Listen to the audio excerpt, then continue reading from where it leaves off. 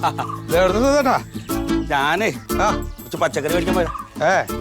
എന്തേലും പച്ചക്കറിയുടെ സകല സാധനം പച്ചക്കറി കട അങ്ങനെ തന്നെ മേടിച്ചോണ്ടില്ല. അല്ല അത് 80 രൂപയാ ക്യാരറ്റ് വില. ക്യാരറ്റ് 80 റുപ്യ വില. 80 റുപ്യുള്ളൂ. ഇത് മറ്റേ അവിയിൽ വെക്കാൻ വേണ്ടി കാക്കിലം മേടിച്ചാ. വേണ്ട വേണ്ട ഞാൻ ഇവിടുന്ന് ചായ ഒന്നും കുടിക്കാറില്ല. ഇവിടെ ഭയങ്കര സ്മെല്ലാണ്. ഇവിടെ നിന്ന് ചായ കുടിക്കാൻ പറ്റില്ല. സ്മെല്ലാ? അലപ്പ സ്മെല്ലില്ലല്ലോ അല്ലേ? ഇപ്പൊ ഇവിടെ ആരും വേസ്റ്റ് ഒന്നും ഇടാറില്ലേ? അതൊന്നും ഇപ്പോൾ വീട്ടിലില്ല. എന്താണാവല്ലേ? പുതിയ നിയമം വന്നത് നന്നായി. കണ്ട നാട് നന്നായി. ഇപ്പൊ എന്ത് നിയമം? അതായത് ഇപ്പൊ പൊതു സ്ഥലത്ത് ഒരാള് വേസ്റ്റ് കൊണ്ടിടുകയെന്ന് വെച്ചു. അത് നീ കണ്ടു. കണ്ട വഴിക്ക് നീ അത് നിന്റെ ഫോണിൽ ഫോട്ടോ എടുക്കും. എന്നിട്ട് ഇന്ന ആള് പൊതു സ്ഥലത്ത് വേസ്റ്റ് ഇടുന്നത് കണ്ടു എന്ന് ഈ ഫോട്ടോ സഹിതം നമ്മൾ മുനിസിപ്പാലിറ്റിക്ക് അയച്ചു കൊടുത്തു എന്ന് വിചാരിച്ചോ. അപ്പൊ മുനിസിപ്പാലിറ്റി നിനക്ക് 2500 റുപ്യ തരും. അതെ. അതുകൊണ്ടല്ലേ ഇപ്പൊ ആരും വേസ്റ്റ് ഇടാത്ത. അതൊക്കെ ഭയങ്കര പുലിവാനായിരിക്കും. അതൊന്നും നടക്കണ കാര്യമില്ല. നമുക്കിപ്പോ 2500 റുപ്യ അവര് തരും. പക്ഷെ ഈ ആളാട്ട വിവരം അറിഞ്ഞ തല്ലി തമ്പോറാക്കില്ലേ നമ്മളെ. നമ്മൾ ഈ കംപ്ലൈന്റ് ചെയ്ത് നമ്മളാന്നുള്ളത് ഇവര് പുറത്താരോട് പറയില്ലാന്ന്. അത് രഹസ്യമാക്കി വെക്കും. അതാ പിന്നെ അങ്ങനെ എത്ര പേരെ അയച്ചു കൊടുക്കണ്. അതുകൊണ്ട് എല്ലാവരും പിടിക്കല്ലേ. അതുകൊണ്ടല്ലേ ഇപ്പൊ പൊതുസ്ഥലത്താരും വേസ്റ്റ് ഇടാത്ത. അതപ്പൊ കാര്യല്ലേ? എന്താ പുതിയ ഓരോ നിയമങ്ങൾ വന്ന നാട് നേരവും. ഞാനൊന്ന് മൂത്രം വയ്ക്കട്ടെ. എന്താ 2500 റുപ്യ കിട്ടുന്ന ആളാണ്.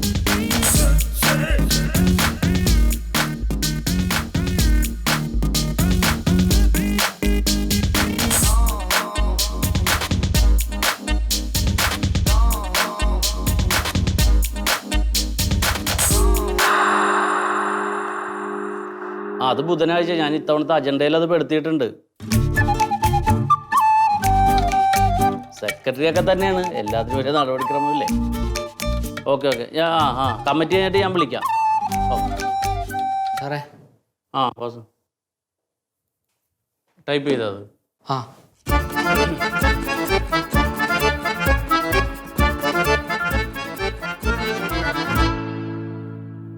എന്താ നീ അടിച്ചു വെച്ചേക്കണം? ഹാജരാക്കണമെന്ന് അങ്ങേറ്റം താഴ്മയായി അപേക്ഷിക്കുന്നു. ഏത് മുനിസിപ്പാലിറ്റി എന്ന് പറഞ്ഞ ലെറ്ററില്ല. ഹാജരാക്കണമെന്ന് അഭ്യർത്ഥിക്കുന്നു എന്ന് പറഞ്ഞാൽ പോരെ? അങ്ങേറ്റം താഴ്മ എന്നൊക്കെ പറഞ്ഞ എന്തിനാ? ഞാൻ ഒലി വന്നിട്ട് പ്രശ്നം ഉണ്ടാക്കുമെന്ന് പേടിച്ചിട്ട്. ഈടോ പൊതുജനങ്ങളോട് അത്രയും താഴ്മയൊന്നും കാണിക്കരുത്. അവർ നമ്മുടെ തലയിൽ കയറിയിരുന്ന് നിരങ്ങും. അതിനൊരു ഭാഷയുണ്ട്. ഹാജരാക്കണമെന്ന് ഓർമ്മപ്പെടുത്തുന്നു, അഭ്യർത്ഥിക്കുന്നു. അത്രയും മതി. എന്താ മുടിയിരിയില്ലെന്ന് വൈകിപ്പോന്ന് പേടിച്ചിട്ട് ഇപ്പൊ ചെയ്യാ സാറേ. ഇവിടെ നിന്ന് ചെയ്യണ്ട. എന്തൊരു പേടിയാടോ ഇത്. തന്നെ അത് മാറ്റി അടിച്ചോണ്ടന്നെ.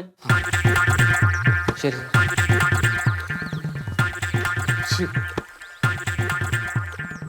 എല്ലാ പേടും വക്ക് പൊട്ടിയതും ഒക്കെ ഇവിടെ തന്നെയാണ് സ്റ്റാഫായിട്ട്. നമസ്കാരം. വായിരിക്കും. സാർ എൻ്റെ പേര് മൊയ്തു എന്നാണ്. സാർ ഇവിടെ ഒരു പുതിയൊരു പദ്ധതി ഉണ്ടല്ലോ. ഈ മാലിന്യം വലിച്ചെറിയണ ഫോട്ടോ എടുത്ത് ഇവിടെ കൊണ്ടുതന്ന 2500 റുപ്യ കിട്ടുന്ന ഒരു പദ്ധതി. മറ്റേ മാലിന്യമുക്ത നവകേരളം. ഞാനിവിടെ കുറച്ച് ദിവസം മുമ്പ് ഒരു ഫോട്ടോ കൊണ്ട് കൊടുത്തിരുന്നു. അപ്പൊ ഒരു 2500 റുപ്യ കിട്ടാണ്ട് എനിക്ക് ഓർമ്മയുണ്ട്. ഒരു മൊയ്തു അല്ലേ? മൊയ്തു. അതെ, കേരളത്തിനെ മാലിന്യമുക്തമാക്കാനുള്ള ഒരു പദ്ധതിയാണത്. അപ്പൊ അതിന് ശ്രദ്ധിക്കണവർക്കൊരു പ്രോത്സാഹനം എന്നുള്ള നിലക്കാണ് ആ പാരിതോഷികം. കിട്ടാൻ വേണ്ടി. അപ്പൊ നിങ്ങൾ തന്ന ഫോട്ടോ വ്യക്തമല്ല. ഒരു സൈഡ് കൊണ്ടാണ് ഫോട്ടോ കിട്ടിയേക്കുന്നത്. ആള് മന്മഥൻ തന്നെയാണ്. പക്ഷെ അത് അയാൾ വരുമ്പോ നമുക്ക് തെളിവ് സഹിതം കാണിക്കാൻ ഫേസ് ക്ലിയർ അല്ലല്ലോ. സാർ മുന്നിൽ പോയിട്ട് എടുക്കാൻ പറ്റില്ലല്ലോ. ഒരു കാണൂലേ. അതിന് നമ്മൾ ഇവിടുന്ന് ഒരു അന്വേഷണം വെച്ചിട്ടുണ്ട്. ഇവിടുന്ന് ഉദ്യോഗസ്ഥർ വന്ന് അന്വേഷിക്കും. അയാളാണ് ആ മാലിന്യം ഇട്ടത്, എന്ത് മാലിന്യം ഇട്ടതെന്നൊക്കെ. ആ റിപ്പോർട്ട് വന്നതിന്റെ അടിസ്ഥാനത്തിൽ അയാളെ നമ്മൾ വിളിപ്പിക്കും. എന്നിട്ട് അയാൾക്ക് ഇടണ ഫൈനിന്റെ 25% നിങ്ങൾക്ക് തരണത്. 6000 രൂപകളൊക്കെ നമുക്ക് ഫൈൻ ഇടുകയാണെങ്കിൽ ഒരു 1500 രൂപ നിങ്ങൾക്ക് കിട്ടും പാരിതോഷികമായിട്ട്. 2500 കിട്ടൂല. മാക്സിമം 2500 വരെ കിട്ടും. എത്രയാണോ അവർക്ക് നമ്മൾ ഫൈൻ ഇടുന്നത്. ഇയാൾക്ക് നല്ല ഫൈൻ ഇടണം. ഇയാൾ കുറെ വേസ്റ്റ് കൊണ്ടിട്ടിരിക്കണ്.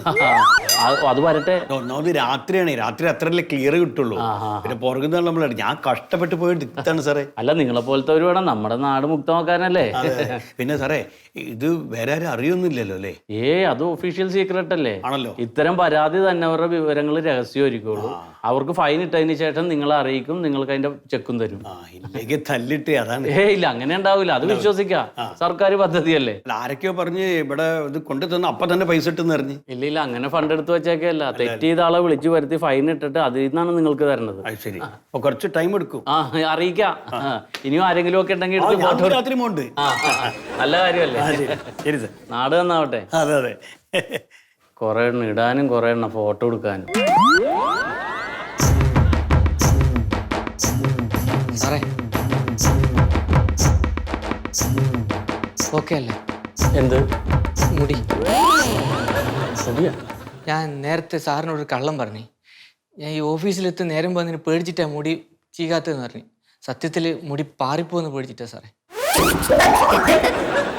ഓക്കെ അല്ലേ? സുധി, ആ നീ PSC എഴുതി പാസ്സായിട്ട് തന്നെയാണോ ഉദ്യോഗം കിട്ടിയത്? അല്ല, അച്ഛൻ മരിച്ചിട്ട്. അച്ഛൻ എങ്ങനെ മരിച്ചത്? അച്ഛൻ സർവീസിലിരിക്കുമ്പോൾ പേടിച്ചിട്ട് അറ്റാക്കായി. ചോദിക്കോ. ശരി സാർ. ഓക്കെ.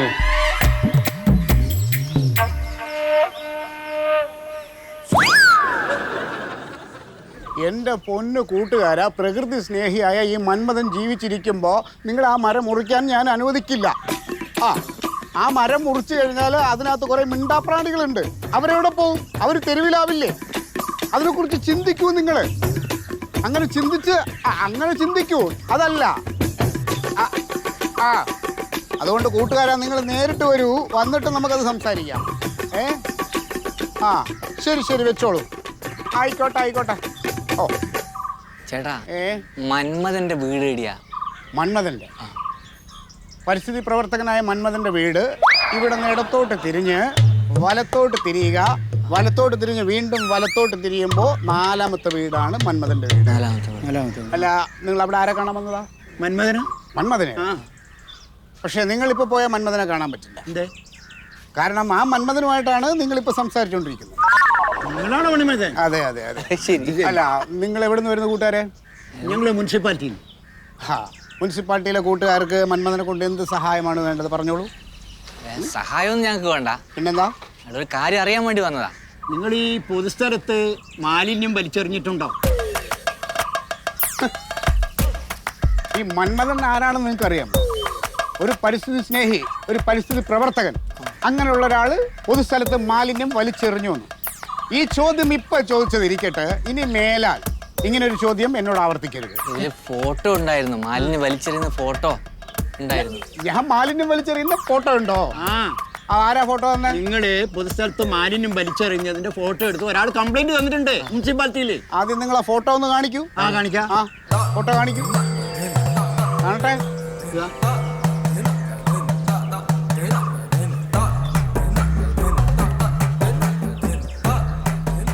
ഹലോ, ഇങ്ങനെ വക്കും തുമ്പും ഇല്ലാതെ ഫോട്ടോ കാണിക്കരുത്. ഇത് എവിടെ? എൻ്റെ മുഖമില്ലല്ലോ.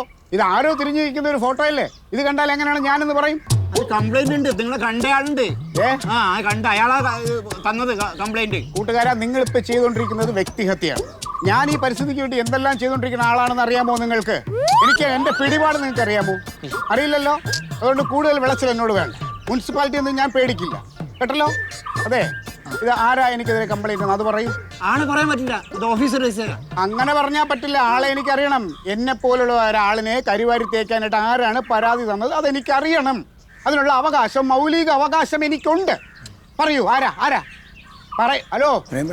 അതെ, അനിയൻ ഇപ്പൊ സർവീസിൽ കയറിയിട്ട് എത്ര നാളായി? കുറച്ചല്ലായിട്ടുള്ളൂ അല്ലേ? ഇനി കുറെ നാൾ ജോലിയുണ്ടേ. മരട് മുനിസിപ്പാലിറ്റിയിലാണല്ലോ. ഇപ്പൊ വളരെ അടുത്തല്ലേ, പോയി വരാൻ സൗകര്യമല്ലേ? ഒരു 4 വണ്ടി കയറി പോയി വരാനുള്ള ദൂരത്തിലോട്ട് ആക്കി തരണോ ഞാൻ?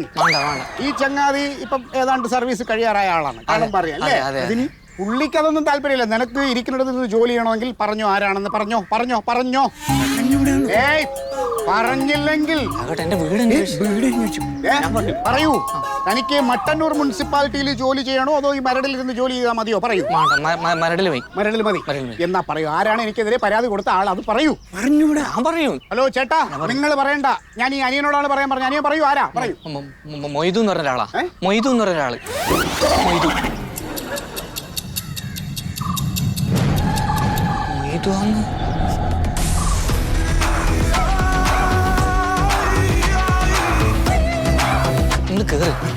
നിങ്ങൾ കയറി ആകോട്ടെ, നിങ്ങൾ കാണും പോയെ കയറിയാ. നിങ്ങൾക്ക് എന്താ പറയുന്നതിന് ഓരോ വർത്താനം കേട്ടിട്ടില്ലേ? ആരുള്ള ഇവിടെ ഇറങ്ങി വേണം പോയതോ നായേ, ഇറങ്ങി വരാൻ. വിളിക്കടി നിന്റെ ഫോട്ടോഗ്രാഫറിനെ.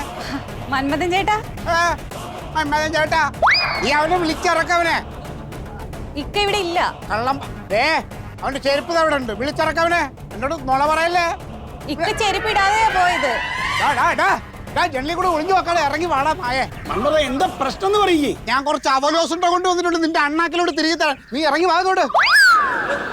എന്നെ അങ്ങോട്ട് വരുത്തരുത്. നീ ഇറങ്ങുന്നുണ്ടോ? ഇറങ്ങിയില്ലെങ്കിൽ ഞാൻ ഇതോ മര്യാദക്ക് പുറത്തിറങ്ങട ആണുങ്ങളെ പോലെ. ഈ വിചാരിക്കുമ്പോഴൊന്നല്ല കാര്യങ്ങള്. നീ എന്നാടാ ഫോട്ടോഗ്രാഫർ ആയത്? പറയടാ. തെറ്റിദ്ധരിച്ചാണ്. മിണ്ടരുത് നീ. സമൂഹത്തിലൊരു വിലയും നിലയുള്ള എന്നെ, ഒരു പരിസ്ഥിതി പ്രവർത്തകനായ എന്നെ നീ ഒളിഞ്ഞിരുന്ന് ഫോട്ടോ എടുത്തിട്ട് എനിക്കെതിരെ നീ പരാതി കൊടുക്കൂലടാ. ഞാനൊന്നല്ല.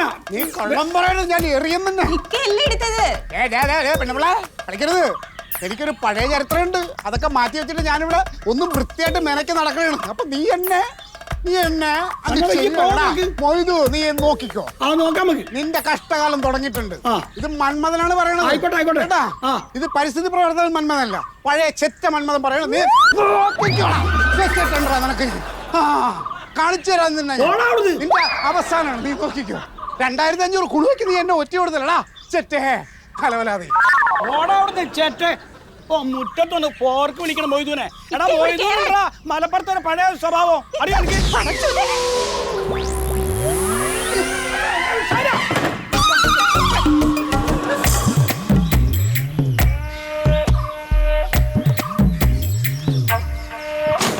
അയ്യോ മറിമായം